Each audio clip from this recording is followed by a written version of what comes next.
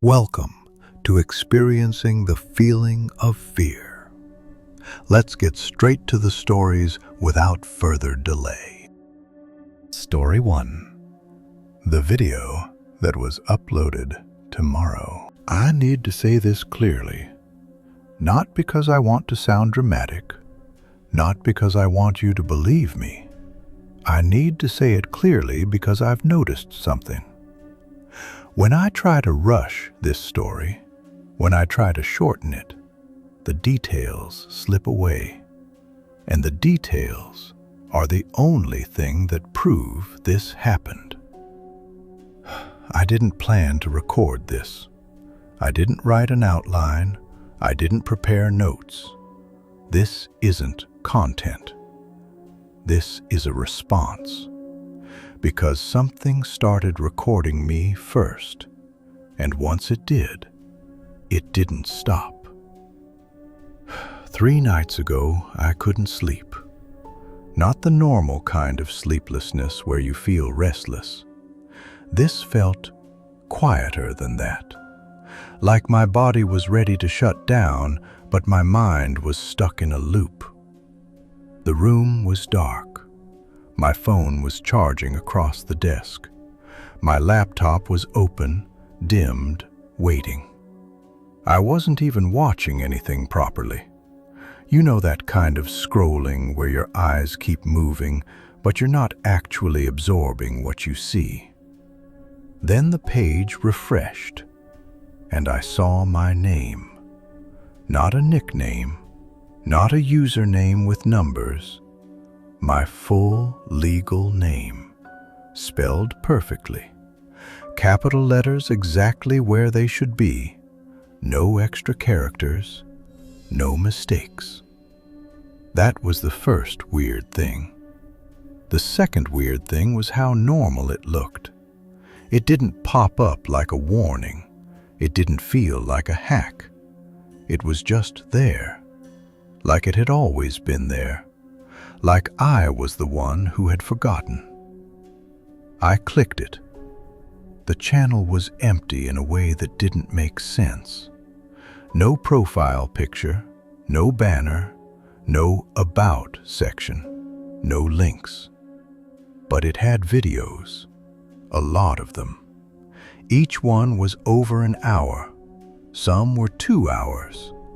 One of them looked like it was almost 3. All the thumbnails were black, not dark, not low light, black, as if the video had no frame to show.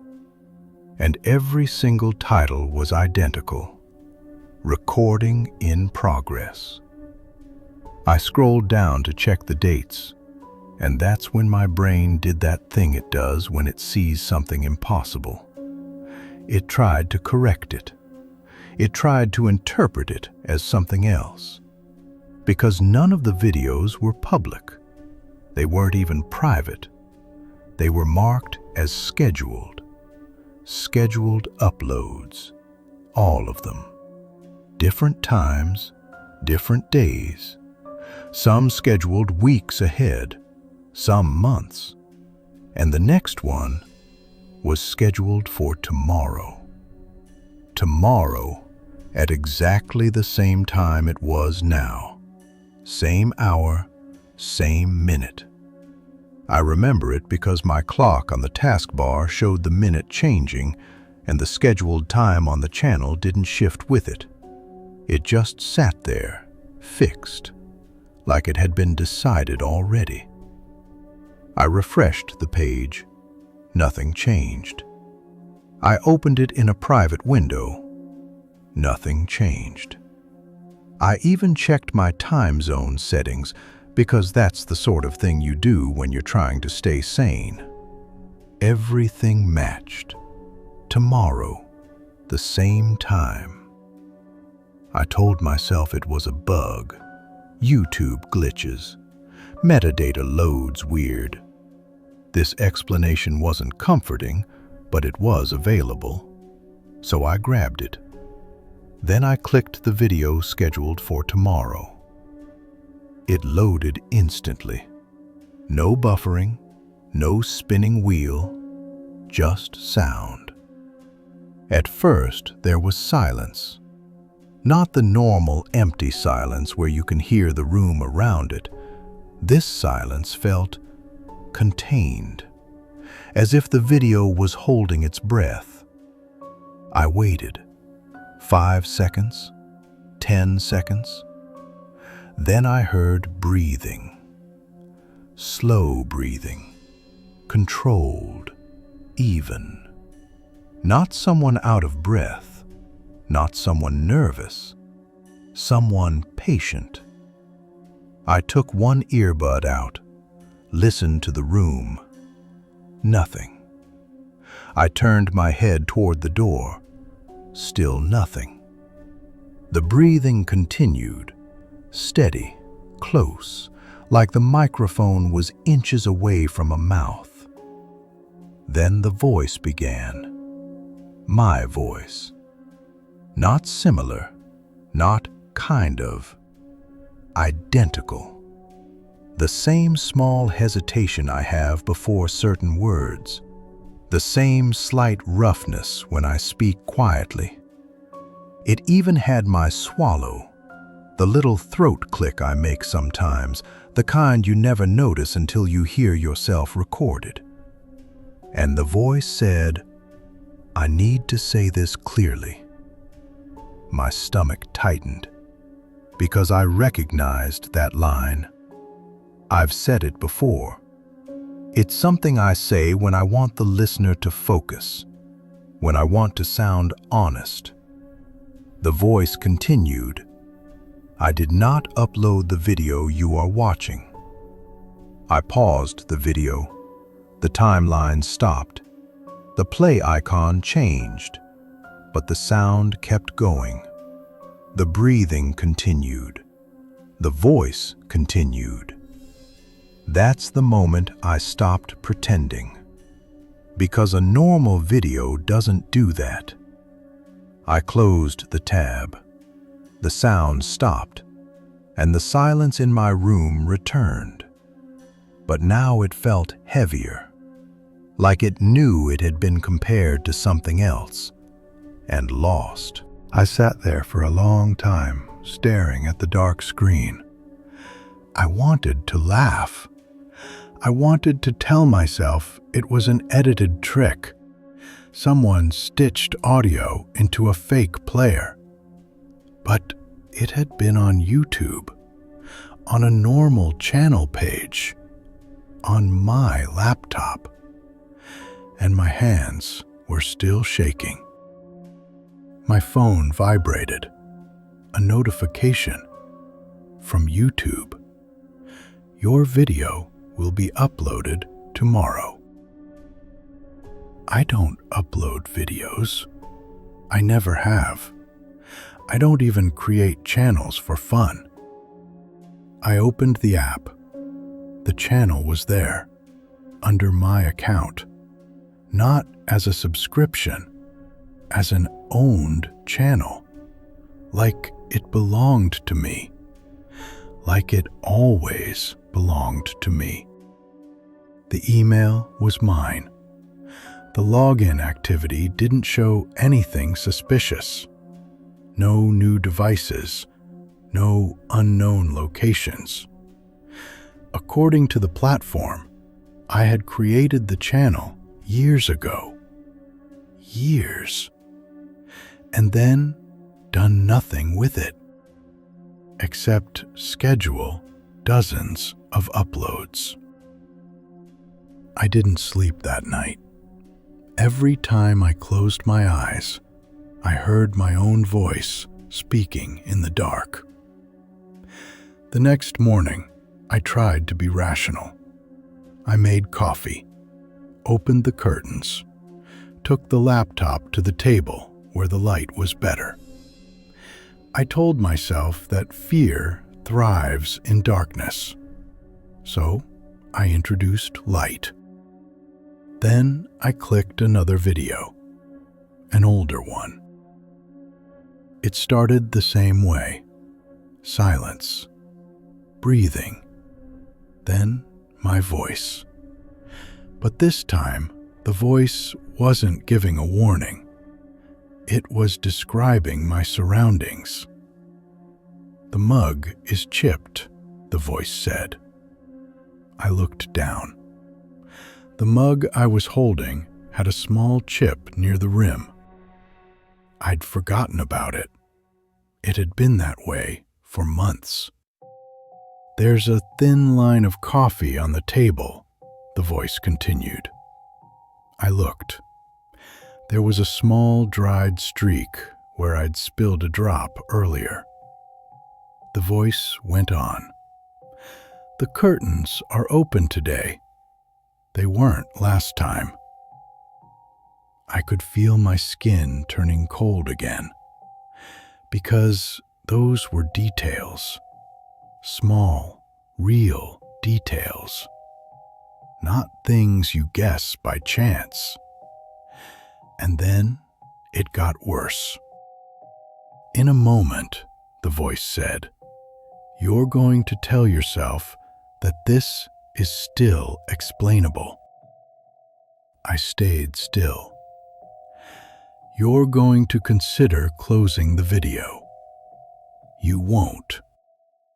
My fingers hovered over the trackpad. "In 10 seconds, you'll check the time." I laughed out loud because I needed to prove the video wrong. Then I checked the time. My laugh died halfway out of my mouth. I stared at the screen.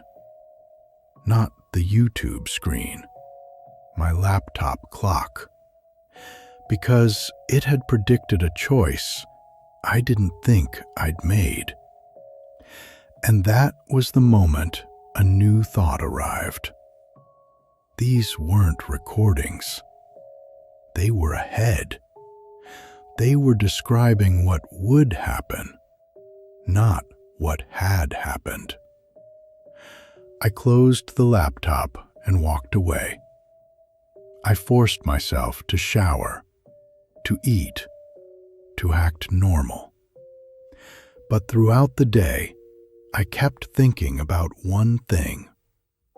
Why would someone make videos that predict my actions? And why would those videos be on a channel named after me? That night, I didn't open YouTube. I didn't even open the laptop. I watched the clock instead, waiting for tomorrow, waiting for the scheduled upload time. When the time arrived, nothing obvious happened. No knock at the door, no power outage, just time continuing. 10 minutes passed, then 20. Then my phone buzzed. A notification. Upload complete. The video scheduled for tomorrow had finished uploading, which meant it was now public. Or at least it existed in the present. I waited almost an hour before clicking it, because some part of me was hoping that waiting would change what happened. It didn't. I opened the video. It started instantly. Silence. Breathing. Then my voice again. But it sounded different now. Tired. Like the voice had been talking for a long time already. "If you're hearing this," the voice said, "then you already know it doesn't stop."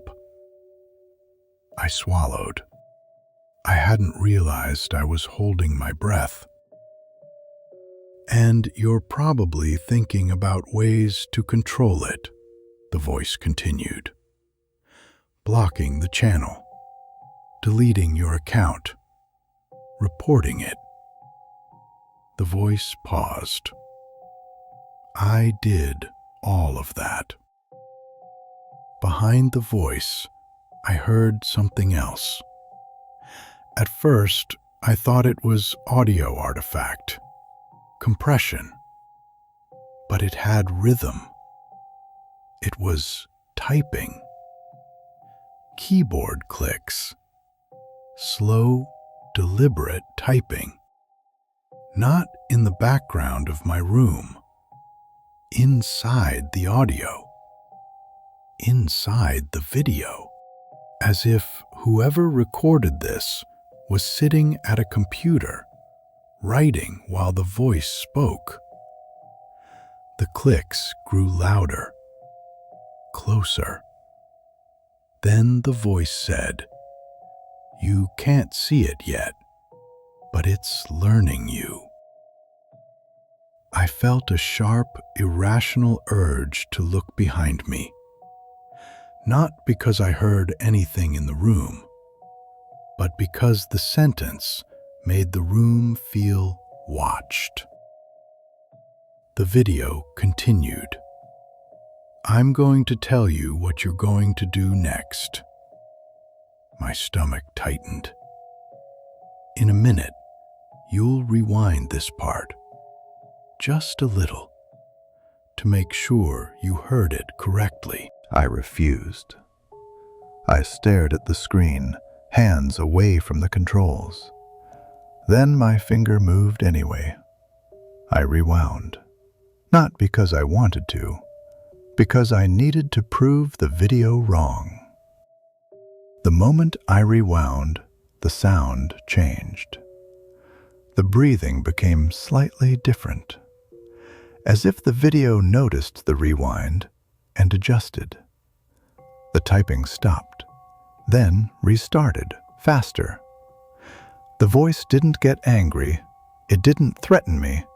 It sounded satisfied. "See," it said softly, "it's not about forcing you. It's about giving you the right reason." I paused the video again.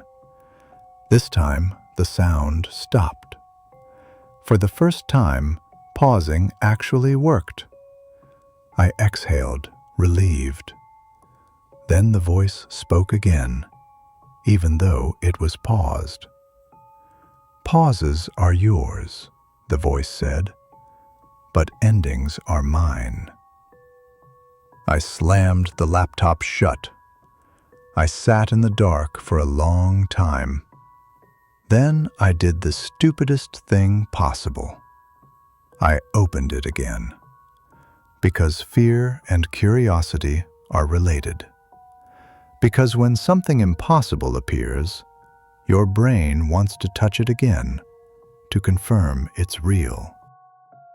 The video resumed where it had left off, but now the typing was louder, and there was another sound under it. A faint electrical hum. Not a buzz, a low, steady hum like a transformer. The kind you don't notice until you're listening for it. The voice continued. "I need you to understand something. This isn't a channel the way you think it is. It's not entertainment. It's not storage. It's not a platform.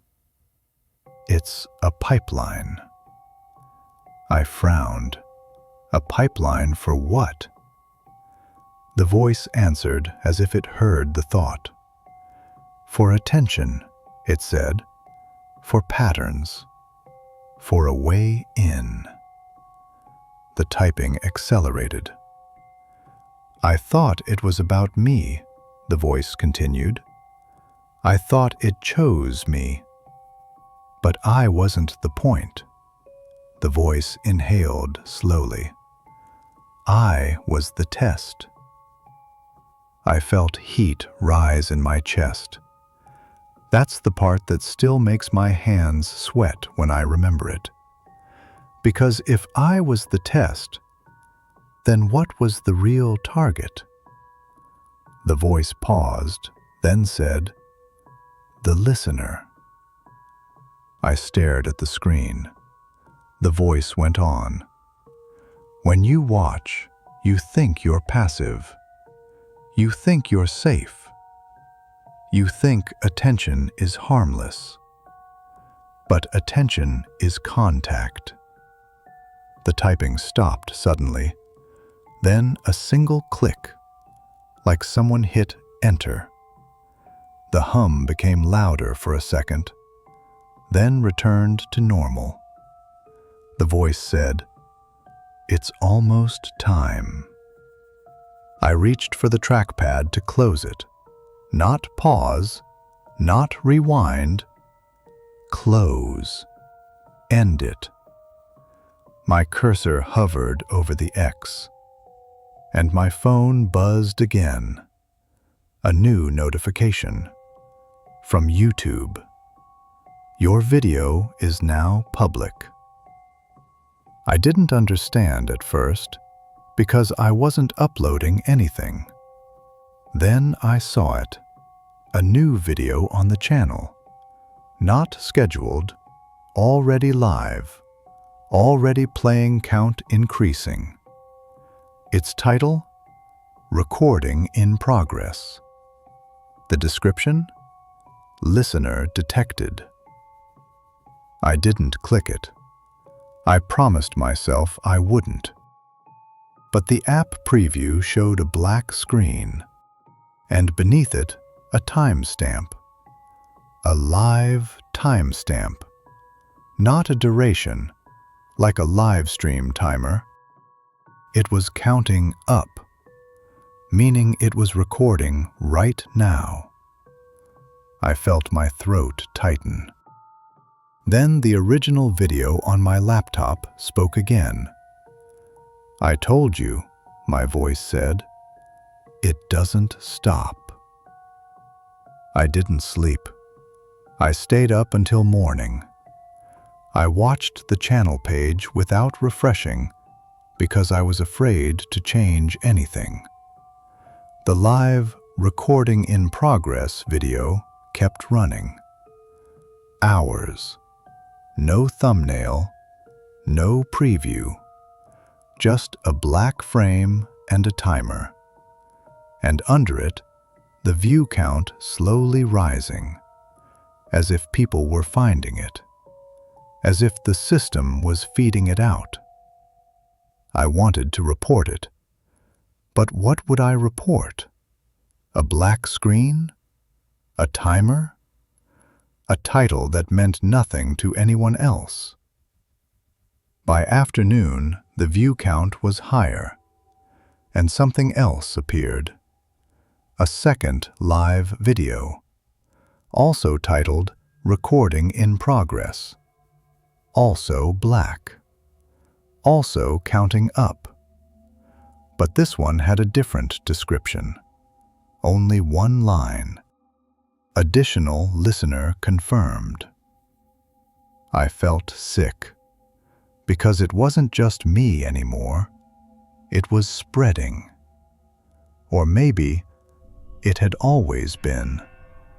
Maybe I had just noticed. That night, I finally clicked the live video. I shouldn't have, but I did. The moment I clicked, the black frame stayed black. No image, only sound. Silence. Breathing. But the breathing wasn't mine. It was closer, rougher, like someone leaning into a microphone too hard. Then a whisper. Not my voice. Not even a voice I could describe as male or female. Just a shape of sound. It said, "Thank you for confirming." My entire body went cold. I tried to close it. My cursor moved, but the close button didn't respond for a second. Just 1 second. But it was enough. Because during that second, the whisper spoke again. "You hear it now. it said. Good. The video closed, and the silence in my room returned. But it didn't feel empty anymore. It felt occupied, like a space after someone leaves a room and you can still feel their presence in the air. I went to the bathroom. I washed my face. I looked in the mirror, trying to ground myself. And behind my own reflection, for the briefest moment, I thought I saw a second movement. Not a person, just a shift of shadow, like something adjusting, like something making room. I backed away from the mirror. I laughed again, because laughter is a defense. But it sounded wrong, thin. I returned to my laptop. The original scheduled video, the one with my voice, was still there, still available, still waiting like an open mouth. I clicked it again. I wanted answers, and the voice gave me something close to one. You're going to want to warn people, my voice said. You're going to want to tell them not to listen. The voice paused. That's how it travels. My stomach turned. So you'll do it anyway, the voice continued. Because warning feels moral. Because warning feels like control.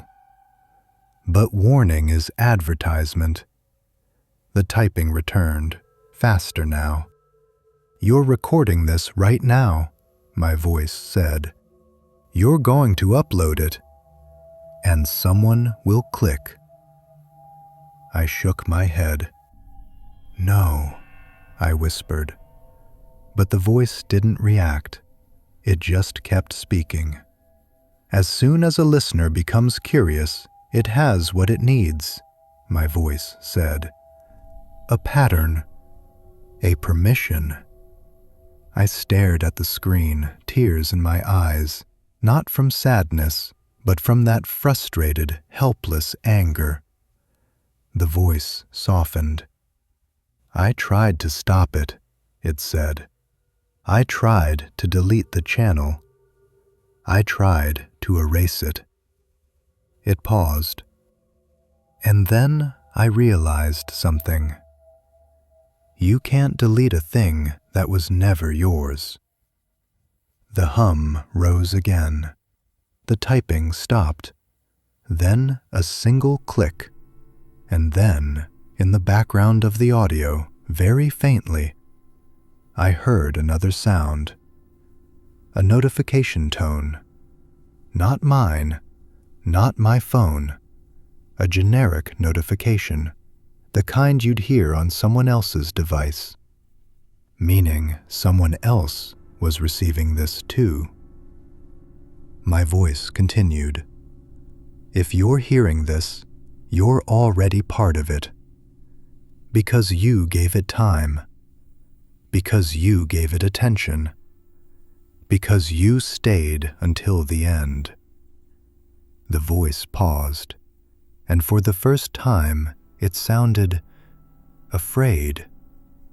Please, my voice said quietly. When it says your name, don't answer. I sat there, frozen, because I realized what was happening. The story wasn't describing the past. It wasn't even describing my present. It was shaping my future. Every sentence was a track I was stepping onto, a path built out of prediction and reaction. And now, by telling you this, I'm doing exactly what it wanted. That's the part I can't escape, because if I stay silent, it wins. If I speak, it travels. Either way, it learns. I'm going to end this soon, not because I want to, because if I keep going, the next part becomes true faster. and I don't want to give it more than it already has. But before I stop, I need you to do something. Not for me, for you. When this ends, don't scroll immediately. Don't fill the silence. Just sit for a moment. Listen to your room. Listen to your own breathing. And if you hear another one, close everything. Because once you notice it, it notices you back. I'm sorry. Voice tamamen insan tarafından yazılmış hale getirmeli miyiz? Evet, AA'yı kaldır. Kelimeler 588, cümleler 98, karakterler 3466, sayfalar 268'de. Metninizin voice kısmında yapay zeka tarafından oluşturulmuş olabilir 61'de. AI tarafından oluşturuldu 700'de. AI tarafından yeniden yazıldı 32'de. İnsan tarafından yazılmış metin. Metninizi güvenli ve güvenilir olduğundan emin olmak için AI dedektörümüzle otomatik olarak kontrol ediyoruz. I hope story 1 made you laugh. Just kidding.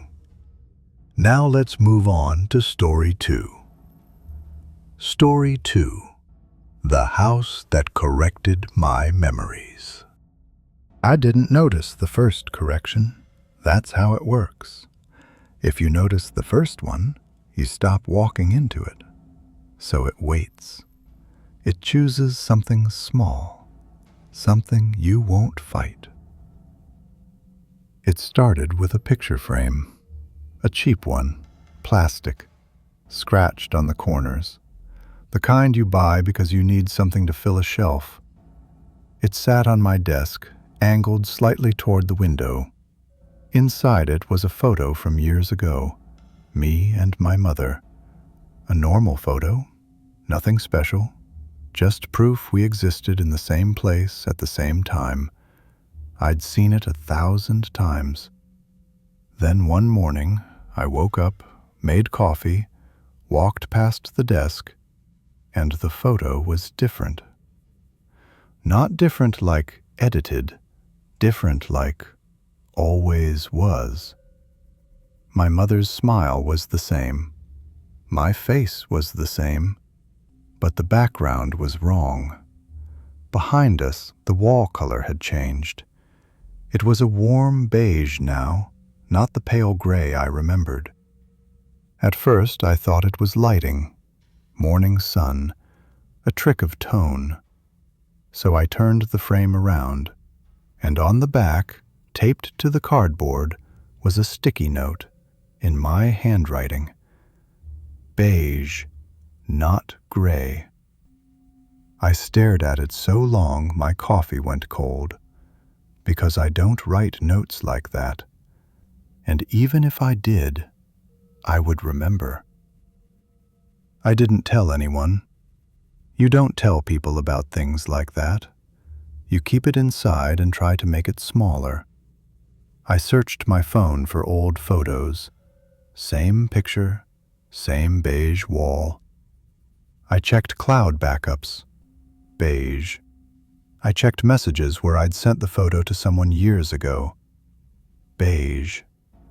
It was like my memory was the only place the gray still existed. Like the world had quietly voted against my version. That should have been the end of it. A weird moment. A glitch. A mistake in my own recall. But then it happened again. A correction. Bigger this time. My neighbor's dog. I've lived in my apartment for a while, long enough to know the small routines of the building. On the second floor, there's an older man who walks his dog at the same hour every morning. The dog was white, small, fluffy, the kind that looks clean even when it's not.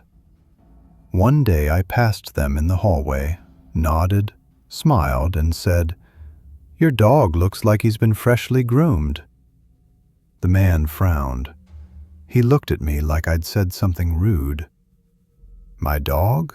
he asked. He stepped aside slightly, and there, at his feet, wagging its tail, was a brown dog. Short-haired, speckled, completely different breed. I stopped walking. I felt my face do that involuntary change, the one where your expression tries to hide confusion and fails. The man continued watching me. Then he said something that made my stomach tighten. "You okay?" he asked. "You always do this." I swallowed. "Do what?" He sighed. "Talk like you're remembering the wrong life," he said. "Like you expect me to join you." Then he walked away with his brown dog. I stood alone in the hallway, hearing my own breathing, and for the first time, I wondered a thought I didn't want to form. What if I wasn't misremembering? What if something was changing, and everyone else was being changed with it? The third correction was personal. It was about a scar, a thin one on my left hand near the thumb. I got it as a kid, a stupid accident in the kitchen. I remember crying. I remember the sting. I remember my mother pressing a towel to it and telling me it would be fine. It's been there as long as I can remember. But one evening, after washing my hands, I looked down, and the scar wasn't there. My skin was smooth, no line, nothing. I stared at my hand like it belonged to someone else. Then I checked the inside of my wrist. There was a new scar there, a different shape, like a tiny crescent. I didn't recognize it. I ran my finger over it. It felt healed, old, as if it had always been there. I went to the bathroom cabinet. I pulled out an old childhood medical card I kept for some reason. On it, under notable marks, there was writing. Small crescent scar, inner left wrist. I sat down on the bathroom floor because my body understood something my mind didn't want to admit. This wasn't random. It was consistent. It was organized. It was correcting. At that point, I started doing what anyone does when reality stops behaving. I documented. I created a file on my laptop. I wrote down what I remembered and what I observed. I took photos. I recorded audio notes. I dated everything. I created proof, because proof is what keeps you stable, or at least, it's what you tell yourself. The next morning, I opened the file, and it was empty. Not deleted, empty. The file existed. The name was still there. The created date was still there. But inside, blank. No notes, no photos, no recordings. As if I'd never written anything at all. I checked the recycle bin. Nothing. Checked Cloud Sync. Nothing. Checked backups. Nothing. It wasn't a deletion. It was a replacement. Reality had accepted the folder but rejected the content. Like someone said, you can keep your little box, but you can't keep what was inside. I tried again. This time, I didn't store it as a file. I wrote things down on paper. I used a pen. I filled pages, details, dates, descriptions. I hid them in a book on my shelf, a book I never touch. Then I went to sleep. The next day, I opened the book. The pages were still there, but the writing wasn't mine. It wasn't even words. It was neat lines of symbols that looked almost like handwriting but didn't form language.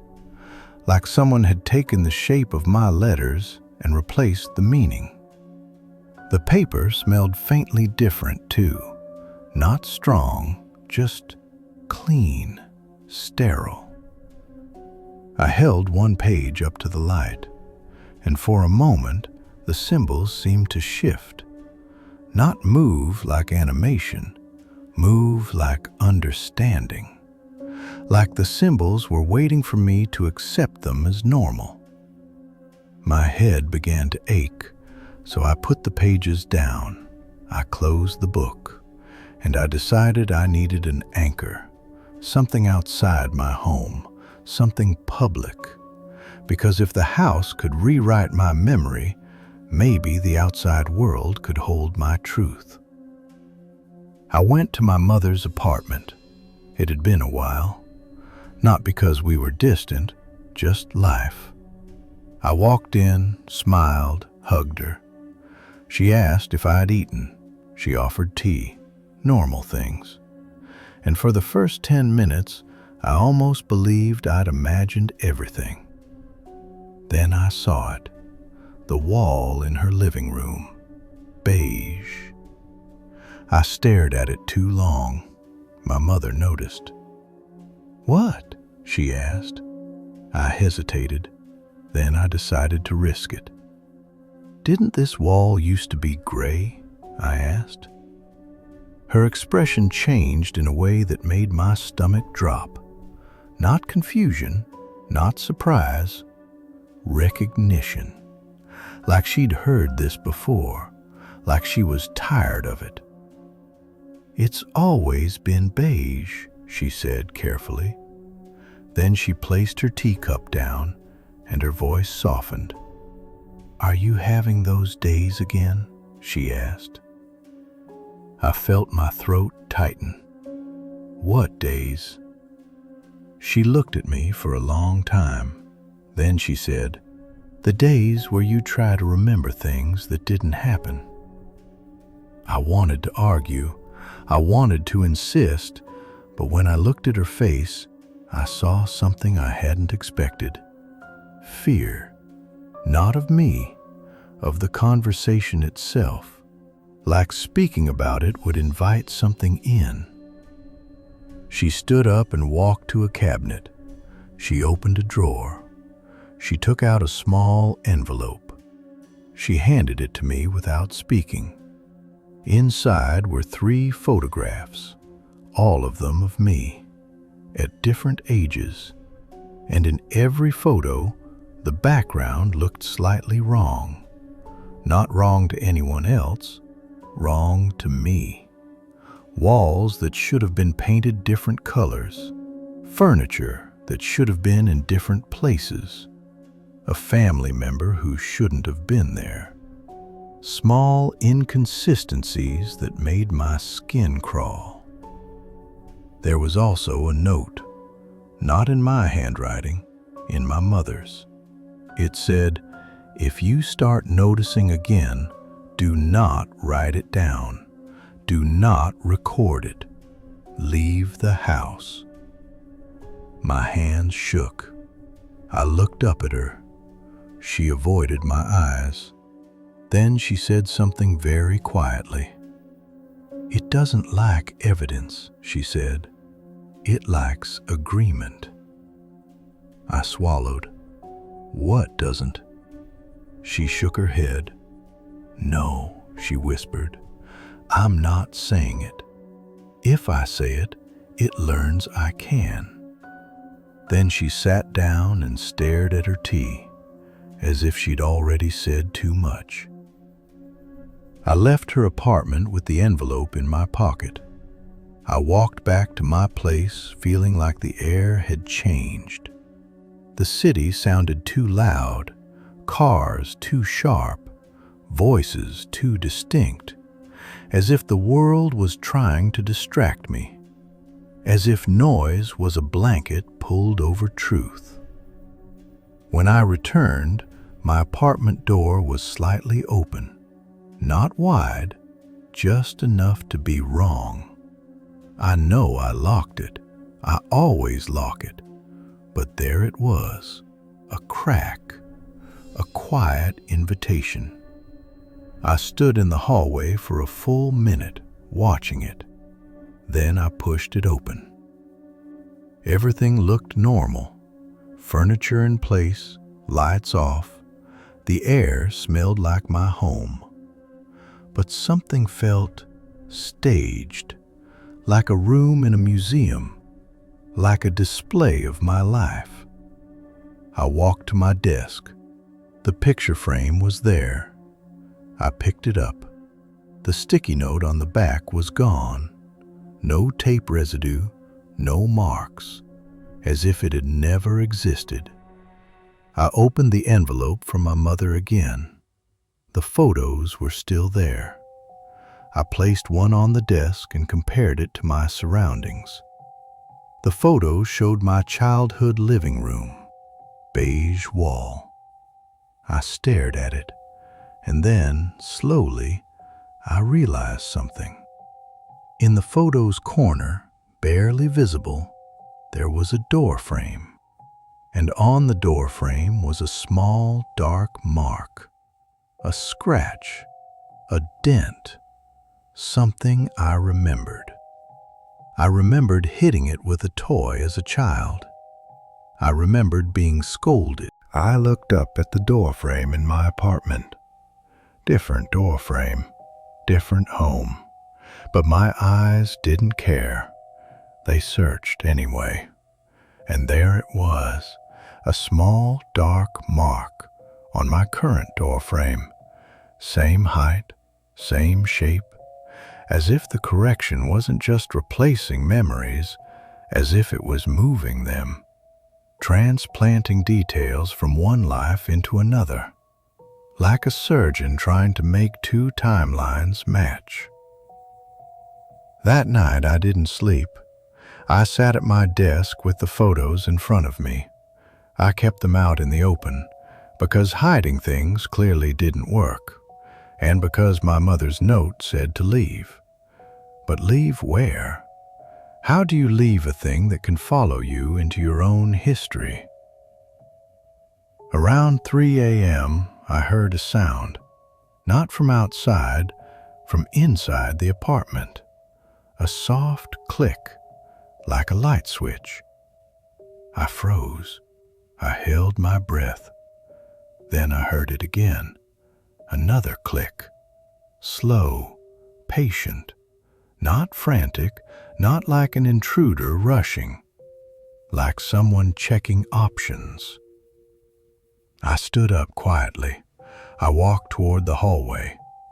The apartment was dark, but my eyes had adjusted. I looked toward the bathroom.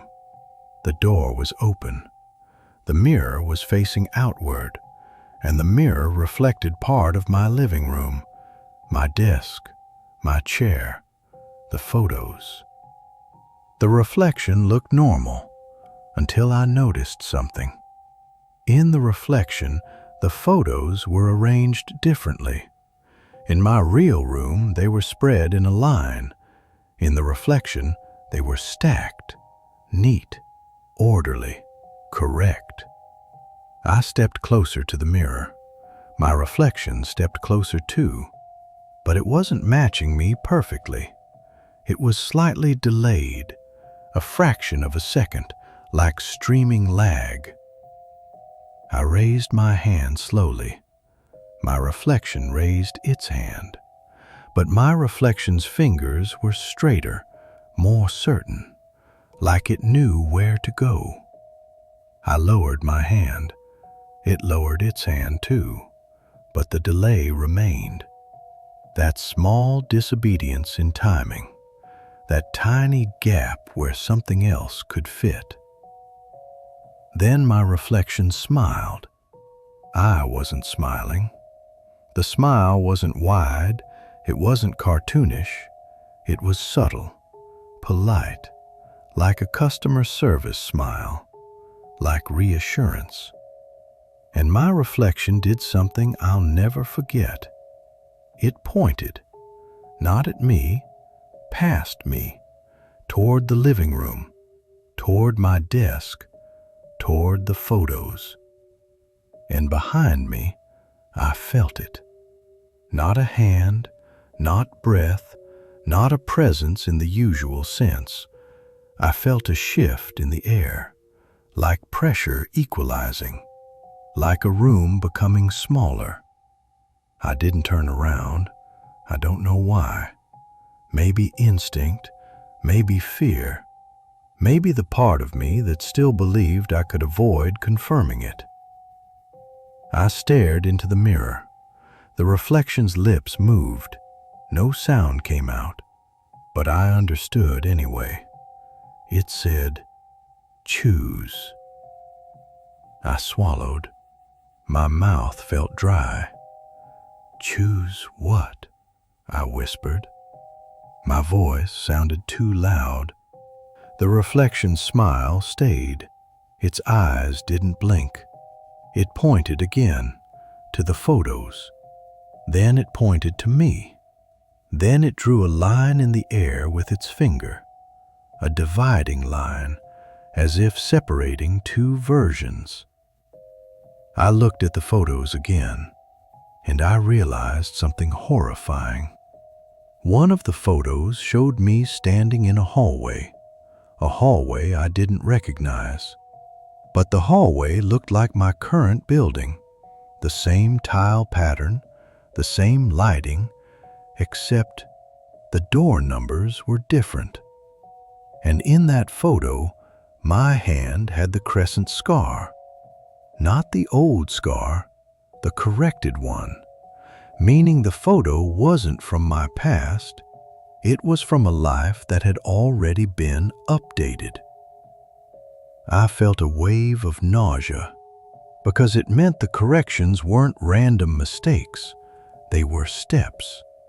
They were getting me from one version of my life to another. And now the reflection was asking me to help, to agree, to pick which one becomes real. I turned away from the mirror. I stumbled back to the desk. I grabbed the photos, all of them. I held them to my chest like they were fragile. Then I did the only thing I could think of. I opened my front door. I stepped into the hallway, and I left. I didn't take a bag. I didn't take clothes. I didn't take my laptop. Just the envelope of photos and the note and my keys. I walked down the stairs instead of taking the elevator, because elevators feel with traps when you're scared. I reached the street. The air was cold. The city lights were bright. People were still out.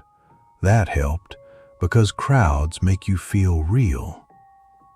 I walked for a long time.